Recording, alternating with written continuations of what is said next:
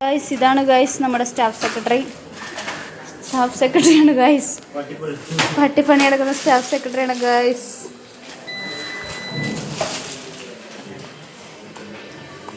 Guys നമുക്കിന്ന് cleaning day ആണ് guys. Let's clean. മറ്റന്നാൾ സ്കൂൾ തുറക്കും. Before that we have to clean our classrooms and make it a beautiful one. Yes, Rajana teacher ഉണ്ട് guys. Rajana teacher Maloor സ്കൂളിൻ്റെ മുത്തുമണിയാണ് guys. Yes ഇതാണ് നമ്മുടെ വൃത്തിയാക്കുക. ഒരു വീഡിയോയിലെങ്കിലും വൃത്തിയാക്കി കാണട്ടെ. ഇതാണ് 9B ക്ലാസ് വൃത്തിയാക്കിയാണ് നിർമ്മൽ മാഷ് ഗൈസ്. അവേ എല്ലാവരും പറയും ടീച്ചിങ് ഈസ് വെരി ഈസി. അവർക്ക് വേണ്ടിയാണ് ഈ വീഡിയോ.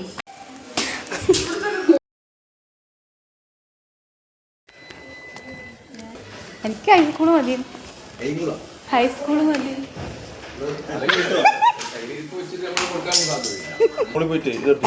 ഏതാ എല്ലാവരും നല്ല വർക്കിലാണ് ഗൈസ്.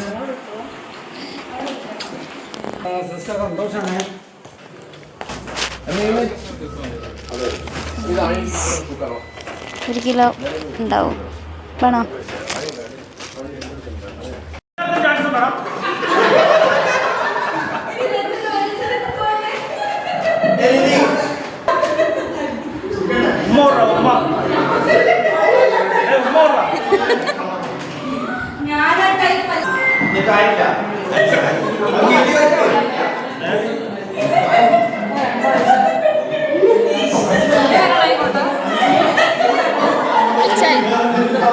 ചെയ്തുകൊണ്ട് വളരെ തന്മയത്വത്തോടെ മുന്നോട്ട് പോകുന്ന എൻ്റെ പ്രിയപ്പെട്ട സ്വരഭാഷന് എല്ലാവിധ ആശംസകളും നേരുന്നു. അതുപോലെ തന്നെ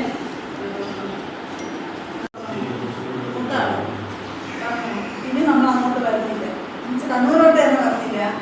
കാരണം നമുക്ക് ഇഷ്ടമുള്ളവരും നമ്മളെ കൂടെ കളിക്കുന്നവരെല്ലാം ട്രാൻസ്ഫറായി പോകരുതേ. ഇനി നമ്മൾ അങ്ങോട്ട് വരുന്നില്ല. അവർക്ക് തീരുമാനം എടുത്തു മനസ്സിൽ ഇനി കണ്ണൂരോട്ടില്ല. പിന്നെ പ്രത്യേകിച്ച് സ്കൂളിലോട്ടും വരാത്ത താല്പര്യമില്ല.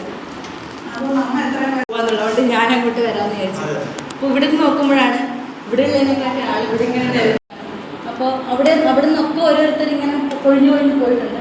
പക്ഷെ അവർ കുറേ പേര് എനിക്ക് വളരെ ഇഷ്ടമുള്ള ആളുകളൊക്കെ ഉണ്ടായിരുന്നു. പക്ഷെ എന്നാൽ പോലും ഇങ്ങനൊരു മാനസികാവസ്ഥയിൽ ഞാനിത് ആദ്യമായിട്ടാണ് നിൽക്കുന്നത്. സത്യം പറഞ്ഞാൽ ഇന്ന് രാവിലെ വേറൊരു ചടങ്ങിൽ പോയപ്പോൾ പോലും എനിക്ക് ഇവിടെ നിന്ന് എത്തണം എന്നുള്ളൊരു ഇതായിരുന്നു. കാരണം കുറച്ച് സമയമേ ഉള്ളൂ എല്ലാവരും കൂടെ. അപ്പം എനിക്ക് കുറച്ചുകൂടെ ഇവിടെ നിൽക്കണം. ഞാൻ വണ്ടിയിൽ മുഴുവൻ ഇവിടെ പറയാത്ത തെറിയൊന്നുമില്ല. അങ്ങനെയാണ് ഞാൻ വന്നത്. അപ്പോൾ സത്യം പറഞ്ഞാൽ എന്തോ ആലോചിക്കുമ്പോൾ മനസ്സിലൊരു വല്ലാത്ത വേദനയുണ്ട്. ഇവിടെ നിർത്തണം എന്ന് തോന്നിപ്പോകുന്നത്. അതുകൊണ്ടാണ് ഞാൻ ഇങ്ങനെ കണ്ടിന്യൂ ചെയ്ത് പോകുന്നത്. കൂടുതൽ പറയുന്നില്ല. അപ്പോൾ മാഷെന്ന് പറഞ്ഞാൽ മാഷ് ഇവിടുന്ന് പോകരുതെന്ന് ഞാൻ ആഗ്രഹിച്ചിട്ടുണ്ട്. നമ്മൾ ടൂർ കഴിഞ്ഞ് വന്നപ്പോൾ മാഷിക്ക് ചിലപ്പോൾ ഓർമ്മയുണ്ടാവില്ല. മാഷിൻ്റെ അടുത്ത് വന്നിട്ട് എന്തോ സംസാരിച്ച് ഞാൻ മാഷിൻ്റെ അടുത്ത് മാഷ് ഇപ്രാവശ്യം കൊടുക്കണം, 1 വർഷം കഴിഞ്ഞിട്ട് കൊടുക്കും. പക്ഷേ 1 വർഷം കൂടെ മാഷ് എൻ്റെ അടുത്ത് ഞാൻ എന്തായാലും തീരുമാനിച്ചു. അപ്പോൾ എനിക്ക് തോന്നി മാഷ് എന്തായാലും കൊടുക്കും. എൻ്റെ പേരാണ് ഗഫൂർ മാഷ്. പക്ഷെ ഞാൻ ആദ്യമായിട്ട് കാണുന്നത് അവിടെ മുഴക്കുന്നത് കയറി അവിടെ ക്ലാസ്സിലുണ്ട്. പക്ഷെ അതിനേക്കാളും ഒക്കെ എനിക്ക് അനുഷാദ് അത് നമ്മൾ ഈ ഒരു ഡിവിഷൻ എന്ന് പറഞ്ഞ ഒരാളുടെ ജീവിതമാണല്ലോ. കാരണം നോക്കിയില്ല, ലിസ്റ്റ് വന്നപ്പം HSC മാത്സ് ഞാൻ നോക്കിയില്ല. ഇവിടുന്ന് ആരും പോകാനില്ലല്ലോ. രാത്രി എന്തോ ആവശ്യത്തിന് അനൂപ് മാഷ് വിളിച്ചപ്പോൾ അനൂപ് മാഷ് പറഞ്ഞു രചനയ്ക്ക് കിട്ടുന്നു, രചനക്കാരെ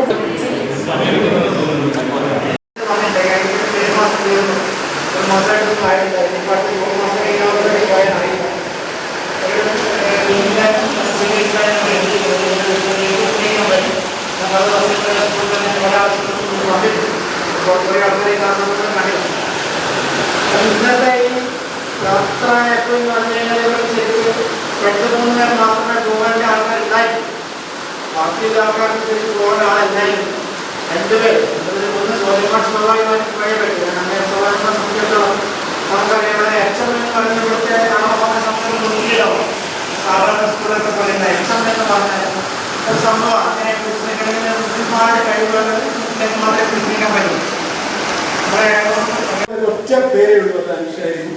അപ്പൊ ഒരുപക്ഷെ ആ ഒരു നന്മ അനുഷ കാണിച്ച ആ ഒരു സിൻസിയറിറ്റി അത് നമ്മളെ ഒന്നിച്ചിട്ടുള്ളവരാണ്. നമുക്കൊന്നും അത് കാണിക്കാൻ പറ്റിയിട്ടില്ല. പക്ഷെ അത് പ്രചോദിപ്പിക്കും. ഓർമ്മിക്കുന്ന ഒന്നാണ്. അതുകൊണ്ടായിരിക്കും അനുഷയ്ക്ക് ഇത്ര വലിയൊരു ഭാഗ്യം. കാരണം ട്രാൻസ്ഫർ കിട്ടിപ്പോയി, അവിടെ ഡിവിഷൻ പോകും, ഡിവിഷൻ പോകും. പക്ഷെ ഭാഗ്യത്തിന് ഒന്നാമത് റസീന ടീച്ചർ സേഫായി. എന്നാലും അനുഷയും ഞാൻ പുറത്തുന്നത് ടീച്ചറായി. ഞാൻ കാൽപ്പനികം എന്ന വാക്കിന്റെ അർത്ഥം തേടി കുറെ കാലം അറിഞ്ഞിട്ടുണ്ട്. മോഹൻലാലിന്റെ അർത്ഥം വന്നു. അപ്പൊ ഞാൻ മനസ്സിലാക്കി കാൽപ്പനിക എന്ന് പറഞ്ഞാൽ ഇത്ര വളരെ പാവാണ്. ഞാൻ ചിലപ്പോൾ സംഘടന കാര്യം പറയുമ്പോൾ മാറ്റോണ്ടൊക്കെ പോയേക്കണേ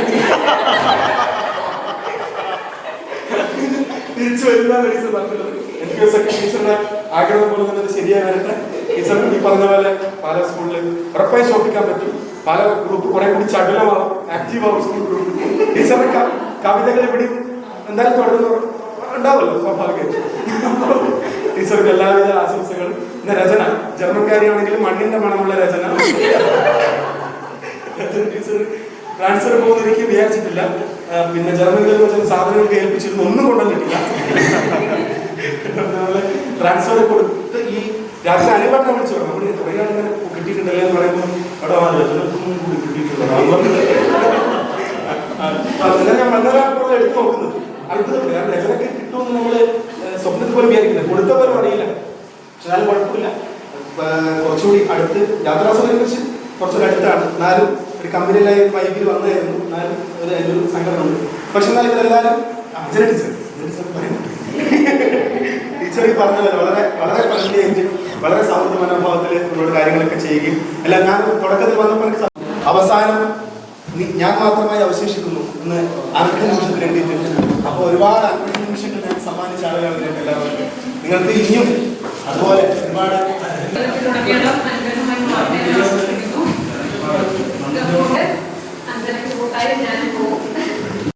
ട്രൈ ചെയ്യാണ്.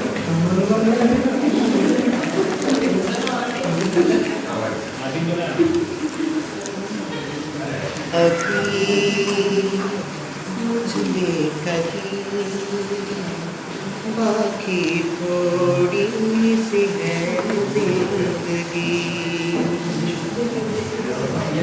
जगी धड़कन नई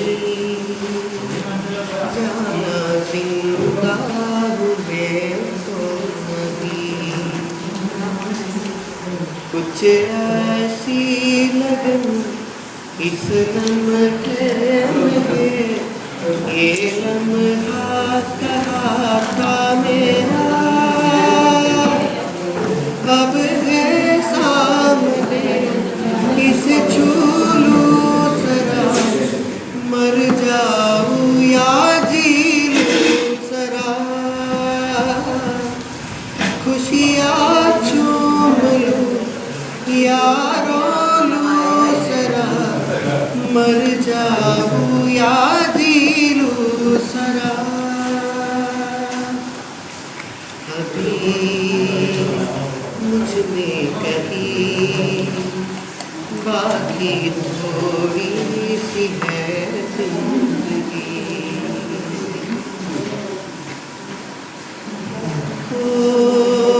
धूप में चलते छाया पेड़ ഞാനിവിടുന്ന് പറയായിരുന്നു അടുത്ത ഭാഷണം ചെയ്ത് ഞാൻ എൻ്റെ ഭക്ഷണത്തെ കുറിച്ച് അറിയണം. ഭാഷണം വലിയ പറഞ്ഞിട്ടുണ്ടായിരുന്നു.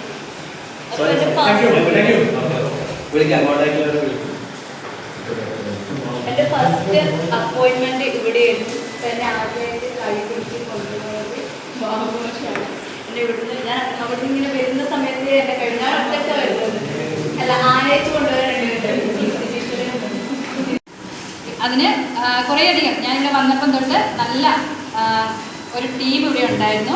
അവിടെ എല്ലാം അപ്പം അന്ന് ബാബുമാഷിന് കുറേ പിന്നെ ഒന്നിച്ച് വന്നിട്ട് ഒപ്പിട്ടാൽ മതി എന്നുള്ളൊരു